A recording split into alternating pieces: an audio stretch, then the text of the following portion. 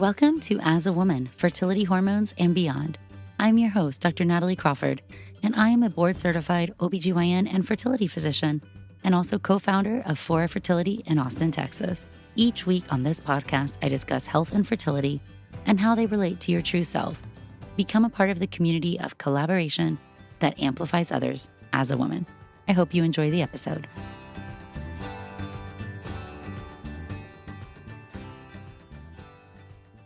Hello, and welcome back to the As a Woman podcast. I'm your host, Dr. Natalie Crawford, and I'm so excited to have you here. I'm a board-certified OBGYN and REI, so I'm a fertility doctor, and every single day, I talk to people about their bodies, their hormones, and their fertility. And the one thing that I really want to talk to you today about is when something like fertility or a fertility evaluation is really telling you about your overall health. And a lot of times people view fertility in a bucket. Oh, I'll get to that when I get to that. Oh, that would be nice to have kids, but not essential. Everybody's different, obviously. But so often, today I saw two patients and their story, their medical history, their fertility test thus far really gave me concern that they have something else going on with their health.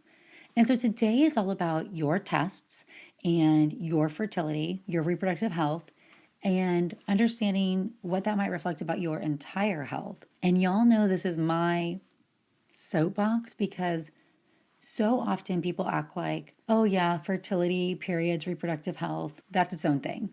Like the rest of your body or the rest of the things you do or your other health doesn't impact your hormonal system, which is wild because the endocrine system, by definition, is a connection of hormone and receptor pathways. And it ebbs and flows in response to the world around you, and it is supposed to. Right? We've all heard of fight or flight, meaning here you are and a bear walks up to you.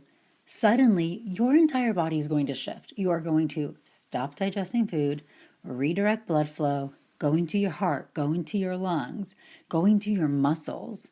You're not going to be making high-ordered complex decisions. You're thinking all your attention is going to survival, adrenaline. You can feel your heart beating, your heart may slow down. I mean, of course, I've not been chased by a bear, so I don't know. But this idea that the body is made to respond to acute stressors, and the world around us is a stressor. The world is so different. There's chronic stressors, there's toxins, there's disease, there's illness. And of course, your endocrine system and your hormones are meant to respond to that. But when a fertility evaluation is telling you more about your overall health and what should you know? So that's what I'm going to dive into today. Basic facts about the fertility evaluation, about your medical history, warning signs that there may be something else going on and what you should know. So this is about your basic health. It's a great way to start the new year. Happy New Year. And about how that really connects with our hormones and our reproductive system. If you're new here, I'm so honored that you have joined us. The As a Woman podcast, it's been around for a while, and I'm so honored to have 4 million downloads. All of your love and support, really beyond my wildest dreams when I started this. But here we are. It's going to be the best year yet. I can just feel it. A few things. We answer questions at the end of every episode. And these questions are actually asked on Instagram. So you can go to Instagram at nataliecrawfordmd and you can ask your questions on Monday. And then we will get to them at the end of some of these episodes on Instagram or over on the newsletter. So I always say weekly, but whenever we get to the newsletter, there's a newsletter with favorite things and discount codes and recipes and fertility in the news and some of these questions. So you can sign up for that at nataliecrawfordmd.com/newsletter. Over on the website, you'll also find information about the courses. We have the Enhance Your Natural Fertility course and the IVF guide. We also have information about the resources page where you can learn more about all the content I have ever put out. Just type it in the search bar like PCOS and you're going to get so much information. Last thing is that you can call and leave a voicemail at 657-229-3672. Again, 657-229-3672, and we will happily answer your voicemail question. These are my favorite episodes. All right, but today we are going to dive into what is your fertility, tell you about your overall health. I'm actually going to talk a little bit about male and female fertility, so to take it from both sides, and I'm going to start with male first. So when you go to the fertility doctor, the basic thing that's going to happen from the male end is going to be a review of medical history and a semen analysis. Honestly, that's it. The blood work that may be drawn at a fertility clinic, the basic blood work, is going to just be infectious disease testing, which is an FDA requirement, and a lot of people just check it at the beginning to get it out of the way, and genetic carrier screening. Are you a carrier for any diseases? Not because this impacts your general health, but because if you and your partner carry the same disease, you could have a baby that could be very, very sick, and that might be a reason why you change your fertility treatment plan. So what this means is for the male, we're getting most of the information from that history you're giving me and from the semen analysis. In the semen analysis, okay, so what we're looking for, volume of the whole sample, volume of the ejaculate, the concentration of sperm per milliliter of the ejaculate, the motility, how it moves, the pH, are there any white blood cells or red blood cells, and the shape of the sperm. So there's more than just sperm that's being evaluated inside the semen sample. And what we're really looking for is to see that we have enough of a sample to get these other values. And this is why, number one, it's so important to follow the instructions. Have the appropriate abstinence interval, which for most places is going to be 2 to 3 days, and to make sure that if something goes off, you tell your team. You don't want to have this entire workup if your ejaculate didn't make it into the cup, or if you collected well before the window of time they told you to, or if you put it in the freezer or something else. So if you did something that seems off or wasn't on the instructions, tell them. Something went wrong, tell them. That information is very helpful when we are evaluating something, because we might say, hey, let's redo this. All right, so if we're walking through the different values and what they could mean overall. So one is going to be a low volume. So the normal volume or the low end of normal. Let's remember, semen analysis reference ranges are just giving us the low end of normal. Most people are well above this, 1.5 mLs. So when you have a low volume, especially if it's less than 1 ml, then there's a few different things that we're worried about. So the very first and most common is just incomplete collection, as we discussed. So let's rule that one out. Everything you have got into the cup. Then we have something called retrograde ejaculation. So this is actually when you ejaculate, sperm goes backwards into the bladder instead of out the ejaculatory system. And this can happen due to prior surgery, due to spinal cord injury, due to diabetes, having multiple sclerosis, autoimmune disease, certain high blood pressure medications. So there are a variety of causes. So if you have a very low volume, and especially if there's not very much sperm, you can analyze the urine. And then if you see sperm in the urine, then you know somebody has retrograde ejaculation. And then other causes of a low volume could be having low testosterone. So remember that the body is making testosterone and sperm at the same time. Pituitary gland is sending out FSH and LH, which is telling the body to make testosterone and to make sperm. So if your body's not making testosterone, then it's not making sperm. Also see this with testicular atrophy, testicular failure, and you can also see it when there's any type of ejaculatory duct obstruction. So one of these could be something called congenital bilateral absence of the vas deferens. This is where you're making sperm and you're actually making it fine, but there's no vas deferens. There's no connecting tube to get the sperm from the testes into the ejaculate. Therefore, you have a very low volume. You actually classically have low volume and you have acidity because you're not getting all the seminal fluid either. All right, so immediately when I see low volume on a semen analysis, I'm asking, did we have a full collection? And then if not, going down some of these other things. Do we have any suspicion for obstruction?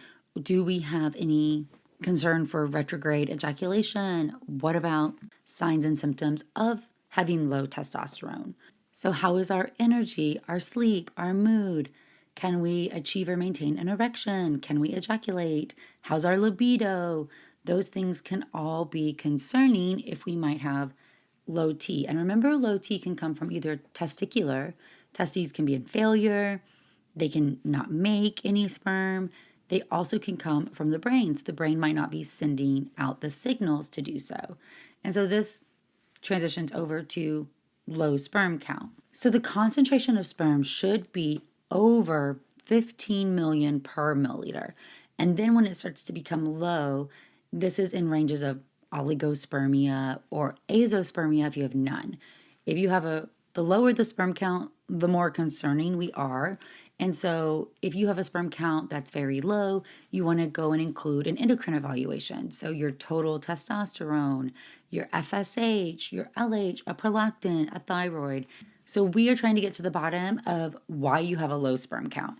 This is just how you were born? Sometimes that's actually the case. So we can see things like, oh, you have some of that obstruction, whether it's CBAVD, whether it's ejaculatory duct obstruction because you had a prior vasectomy, you had chlamydia or gonorrhea, you had tuberculosis. Those might be situations where everything's coming back fine in your hormones. So your body's making LH, FSH, testosterone fine. The testes are functioning fine. You're just not seeing sperm into the ejaculate because there's an obstruction. But then we go through the variety of abnormalities. So if you have low counts, low T, and then high FSH and LH, then we know that this is essentially testicular failure. Just like in ovarian failure for women, brain sending out all the FSH and LH it can, testes not responding. This could be prior cancer, radiation, chemo, testicular trauma or torsion, infection like mumps when you are a child. That's why we really like you to get that MMR vaccine when you're young. It could also be genetic, Klinefelters, Y chromosome microdeletion. Could be from having undescended testes because we don't like to have those testes up in the body, even at a very young age.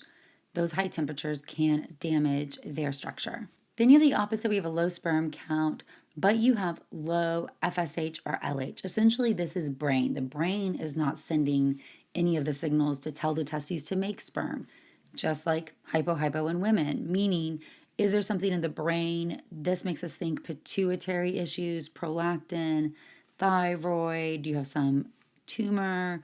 Is there a stress component? What could be going on? And then there's a few kind of other things like androgen resistance. Taking testosterone, of course, is always going to be a top one. Remember, do not take any testosterone if you're trying to get pregnant. Then we have motility and we have morphology. So if I see somebody and there's a really not great movement of the sperm, I'm really worried about overall health and what can impact motility. Is there a lot of inflammation? Do we have an infection? Do we have something undiagnosed that can cause sperm issues like diabetes? Have we been exposed to something like chronic marijuana use, which we know impacts sperm motility? Very similarly with morphology, if we have a high number of abnormally shaped sperm, we're concerned about DNA damage. What is the body being exposed to in these circumstances?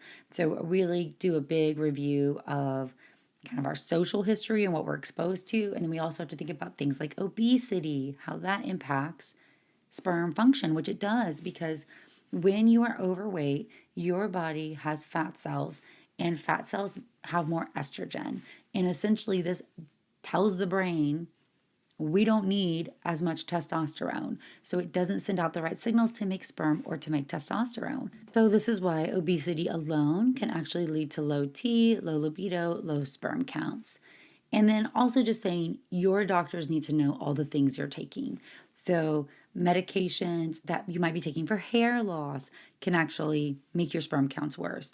Lavender oil baths, yep, it can suppress gonadotropin production, the LH and the FSH, just like taking estrogen would, or just like being overweight would, because of the estrogen-like properties from lavender. We also see certain medications like steroids or certain types of antidepressants or medications for bipolar disorder might impact this. So ultimately, we're getting a lot of information from that semen analysis about how your brain is functioning, your hormones are functioning, if you could have an obstructive etiology, if anything you're doing is influencing your sperm.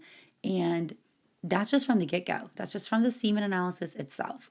The red flags in the medical history: testicular surgery, testicular torsion, having undescended testes as a child, being overweight or obese, having diabetes, especially if it's uncontrolled, having really bad thyroid disease, chronic marijuana use, chronic pain medication. Opiates themselves actually can suppress gonadotropins as well. So if you're on chronic opiate use because of that back pain that you have, that's also a red flag that you might not be making as much sperm.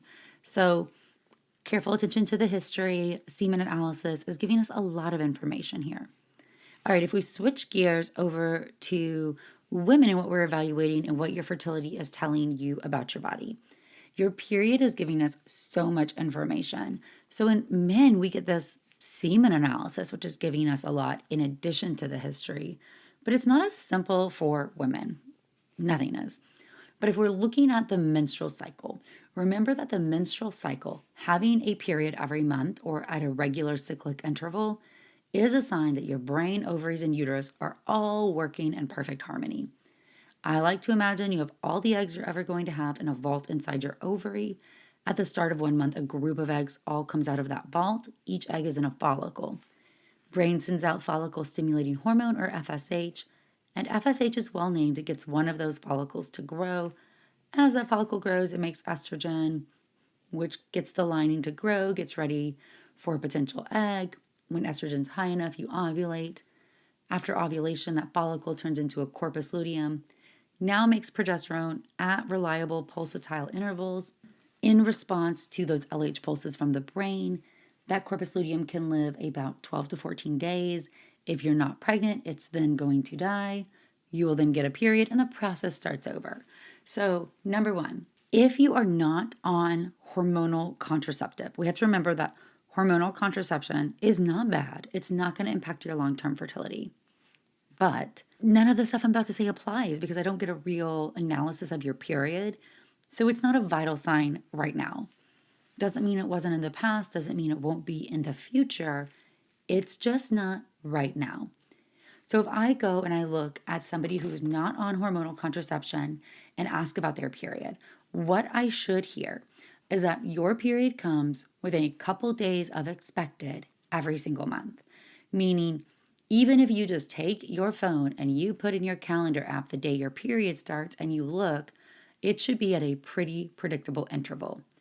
What this really means is that your cycle should be within a couple days of when you expect. You should be able to put your finger on it and you should see it. And that period or that menstrual bleed is really a reflection of all of these hormones communicating together.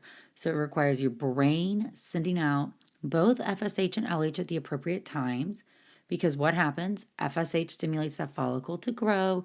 As it grows, it makes estrogen. So your ovary is then responding to the brain. And that estrogen is going to stimulate the growth of the endometrium. So the uterus is responding to the estrogen from the ovary. And that estrogen is going to feed back to the brain. So the brain knows an egg is growing and sends out less FSH. Then when estrogen's high enough, it's going to stimulate the body to have that surge of LH from the brain. That LH is going to trigger the ovary to release the egg from that follicle, and the egg will then hopefully be picked up by the fallopian tube. The follicle then turns into a corpus luteum. This is just the most fascinating part to me. And that corpus luteum gets an immense amount of blood supply, and it turns over into a completely different hormone factory, and now it loves to make progesterone as its hormone du jour. And it's making progesterone in response to these LH pulses from the brain. So progesterone goes up and down and up and down. If you get pregnant, then what's going to happen is that pregnancy is going to come in and make HCG, and that HCG is going to stimulate the corpus luteum to keep making progesterone. You've missed your period and you get a positive pregnancy test because HCG is what you test in the pregnancy test. If you're not pregnant, which of course is what happens to most people in most months, then your progesterone is going to drop. The corpus luteum can only live, again, those 12 to 14 days. no longer is going to live. It's going to collapse, progesterone drops. Your body then senses this, and your uterus sheds its lining, and the ovaries prepare themselves to have another group of small eggs ready to respond to FSH, and the cycle continues. Now, if you're having regular periods alone on a history, you tell me that your periods are regular, you track them, you know that they are, or you detect ovulation with one of the methods of fertility awareness, be it ovulation predictor kits or basal body temperature or cervical mucus, and you know I'm ovulating at this set interval, I'm getting my period at this set interval, that is telling me so much about how your body's working. And when you're not, when you're having irregular periods, even if they are irregularly regular.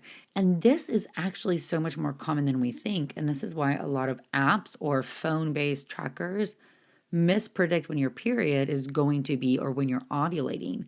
And that's because that's just using the calendar method, taking that corpus luteum length and subtracting it and applying averages, but you're a unique individual. And what really is interesting is that the follicular phase tends to be what really varies cycle to cycle much more than the luteal phase. And as we have certain hormonal changes, we're going to see a response in our body or our period. And these all start with ovulatory dysfunction. So if I always explain the stages of ovulatory dysfunction, is going to go from perfect cyclic periods to a short luteal phase. So your luteal phase isn't 12 to 14 days, to my periods are starting to space out or get irregularly regular, then I'm actually skipping months and now I have no period. If we view ovulatory dysfunction as a spectrum, we'll start to see that a lot of these things aren't just light switch on, light switch off, perfect or nothing. There's a lot of in between because our hormones are dynamic and they shift in different ways. So when you're not having periods, that's called amenorrhea. And if you have amenorrhea, the situation that's happening is either the brain is not sending out the right hormones, that's called hypothalamic hypogonadism. People shorten this to hypo, and a lot of times people call this FHA or functional hypothalamic amenorrhea, but that's really a very specific version. When you think about hypothalamus sends out GnRH, which tells the pituitary gland to send FSH and LH. It's like a Morse code system. So the hypothalamus is the control center and really gets the signal back from the ovary and then tells the pituitary gland. Now, that might not work, and it could be really either pituitary or hypothalamus. So this amenorrhea could come from both ends. Extreme hypothyroidism, a pituitary tumor, those are definitely more pituitary level. When you think about FHA or functional hypothalamic amenorrhea, the hypothalamus is shut off. It has said, we are not in a physical state where we can carry a baby. There's a lot of different mechanisms that get here, but the most common is caloric deficiency, extreme exercise, eating disorders, extreme stress. That can come from a lot of different scenarios. But the body, the brain interprets all of our hormones. Are you running from a bear? Are you in a famine? Is this not a good time to be pregnant? It's going to shut down your period to prevent that from happening.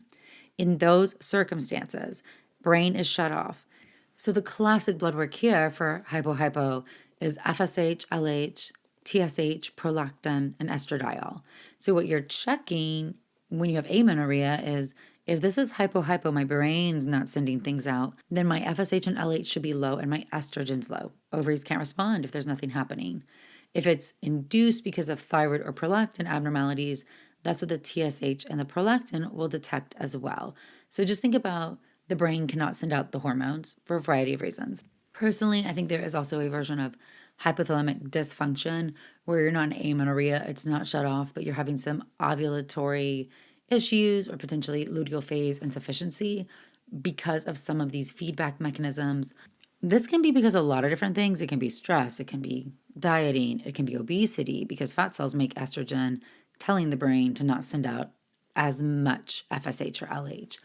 So there's a variety of reasons why that it might not just be true amenorrhea, but you might see some hypothalamic dysfunction. Then you have the ovaries could be in failure. So ovarian failure is where they're not going to respond. In this circumstance, your brain is sending out all the FSH it can.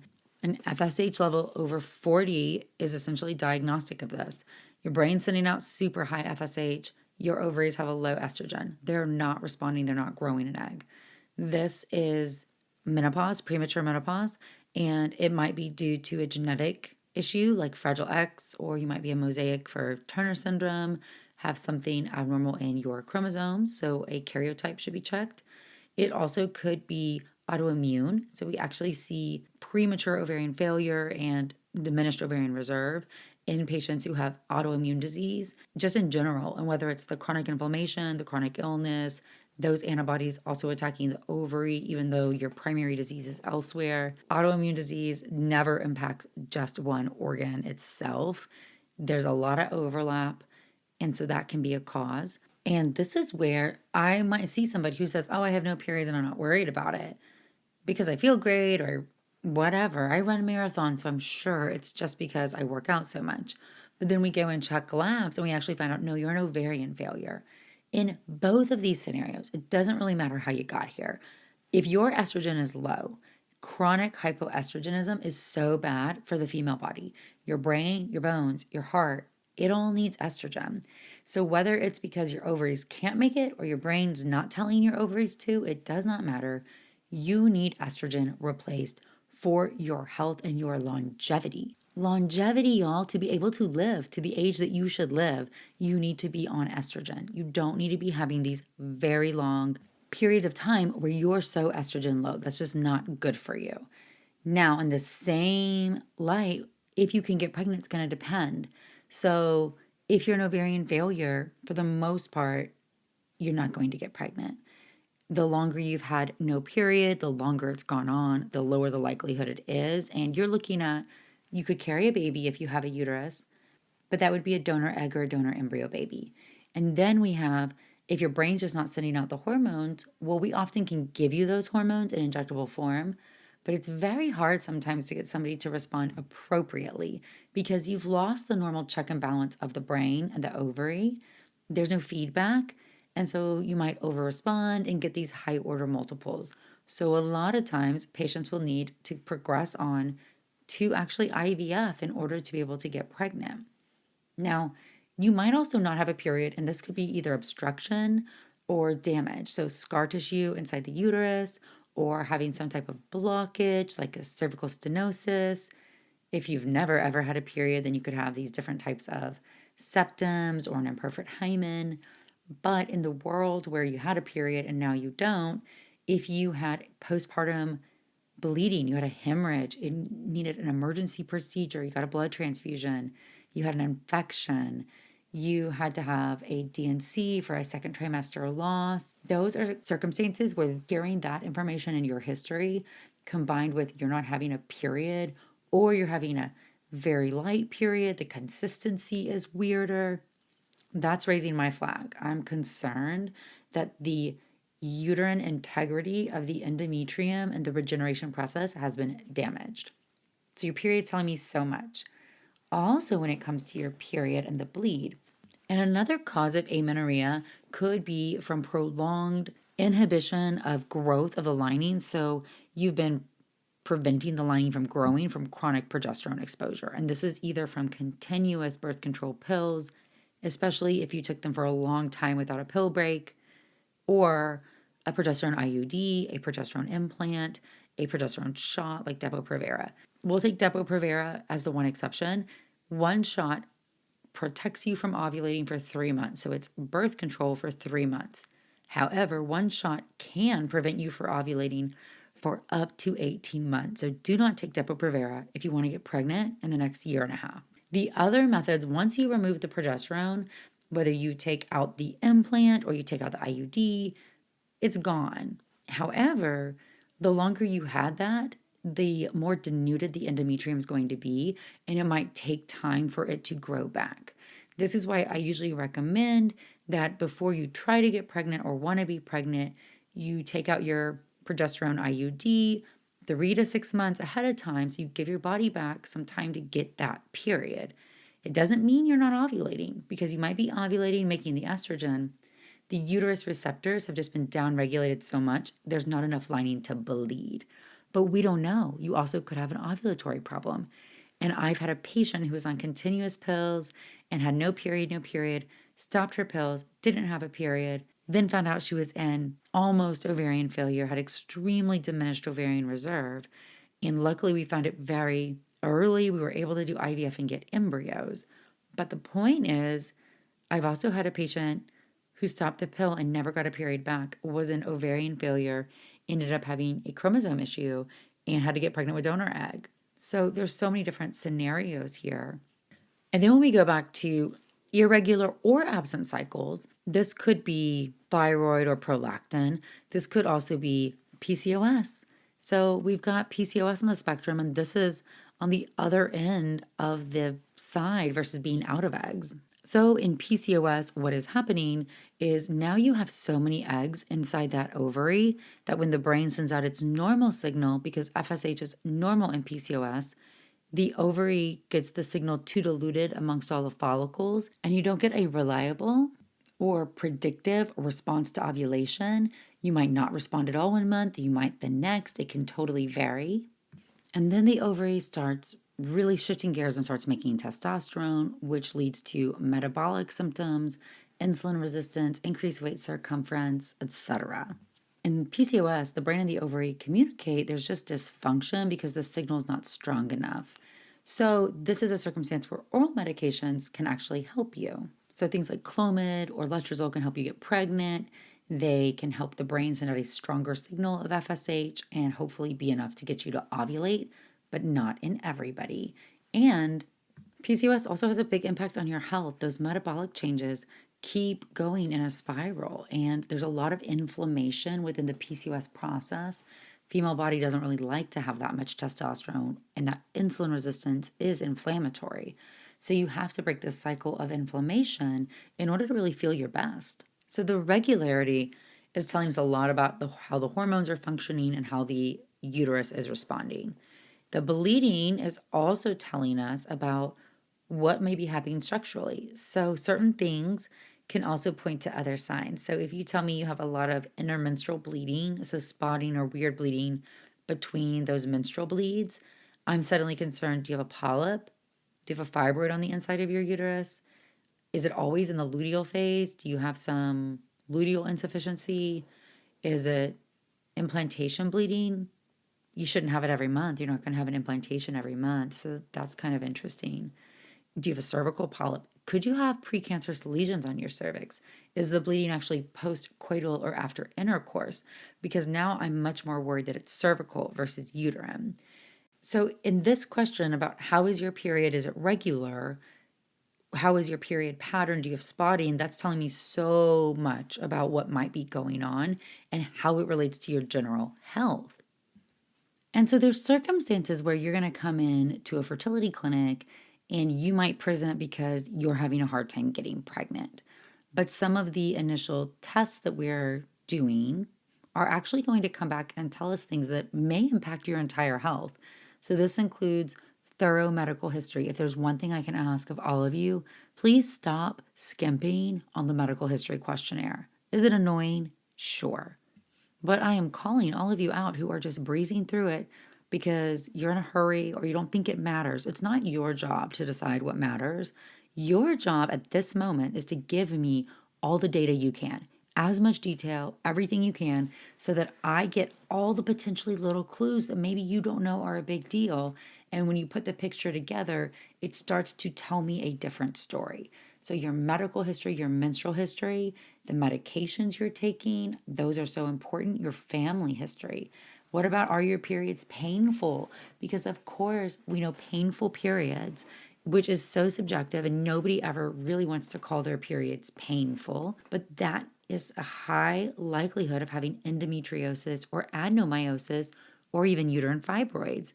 So these are all different conditions that could very well impact not just your fertility, but your overall health. Do you know that endometriosis is on that autoimmune spectrum? So you have a much higher likelihood of having an autoimmune disorder. And then what about recurrent miscarriages? Recurrent miscarriages can 100%, they can be genetic, they can be inflammatory, autoimmune. You could have a blood clotting disorder.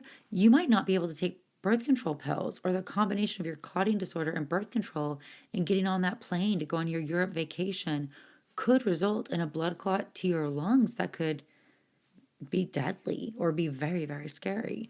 So your body, these things are so important to us. So when things are not regular or normal, when you're having more than 2 losses, if it's taking you 6 months to try to get pregnant or a year, if you're over 35 or under 35, if your periods aren't regular, if you're having spotting, if you're having pain, those things are very, very important to tell us. And then they're going to lead us to an ultrasound. And an ultrasound is going to help us look at the uterus and the ovaries. And it's going to lead to some blood work, which is going to help us as well. Ending this discussion, I just want to say also that we'll also check your ovarian reserve, or how many eggs do you have. Now, everybody's born with a set number of eggs, and you lose eggs every month, as we said. And when you're out of eggs, you're out of eggs. But every month you have a group of eggs that we can see. And yes, there's some variation month to month. And yes, that number might look lower if you're on birth control pills or an IUD, or you've been recently pregnant or breastfeeding. But if that number's low, it might also reflect your health. So in the same spirit as these other things, having low ovarian reserve can tell us that you might have something genetic. You might carry Fragile X, which could be passed on to a child. You might choose to do IVF for genetic screening. You might choose to freeze your eggs at an earlier age because now you have a low egg count. You also see that autoimmune disorders or endometriosis are 2 causes of why people might have diminished ovarian reserve, so a low egg count for their age. So this is going into the full picture when we're trying to see what's going on, and then how does that impact your entire health. And then I wouldn't be doing a fertility talk on your whole health if I didn't say things like sexually transmitted diseases, gonorrhea, chlamydia specifically, can impact your fallopian tubes. Please always disclose to us if you've had those in the past. Also, really painful periods, or the other signs of endometriosis, pain with intercourse, especially in certain positions or with deep penetration as compared to insertional pain, and GI changes when you're on your period. Those can be other subtle signs, and so many patients get diagnosed with IBS when really it is endo. So we need to know about pain, prior infections, and we're only working with what you're giving us. So please give us a really good history when you fill out the questionnaire. Please know that a normal evaluation is going to be blood work for both parties, semen analysis for the male, ultrasound, and then tubal evaluation for the female. And this is going to give us a lot of data about your body, your fertility, but also your overall health. I see patients sometimes view fertility as, and I can see that, not everybody wants to have a baby. That's okay. But if you're going to see a fertility doctor and we start to realize some things are off, please get the testing. Please follow up. Your body, your health, this is your one body. This is your life. If there's things you can do now that are going to make you live longer, feel better, be happier, and potentially improve your quality of life, your chance of getting pregnant, why would you not do them?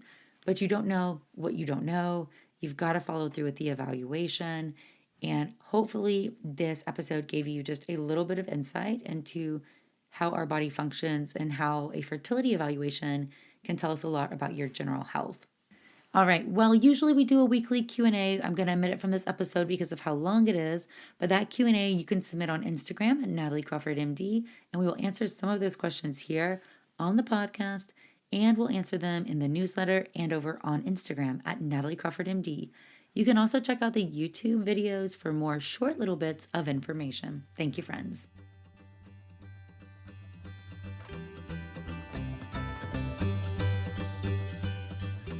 Thank you all for listening to As a Woman. It would mean so much if you could rate, review, and follow the podcast to be notified of new episodes every Sunday. I hope you learned something new, and I hope you share it with someone in your life. Be sure to follow along on Instagram at nataliecrawfordmd, and check out the YouTube channel Natalie Crawford MD. If you're interested in becoming a patient, you can also follow Fora Fertility. I'm so thrilled to have you here, part of the community that amplifies others as a woman.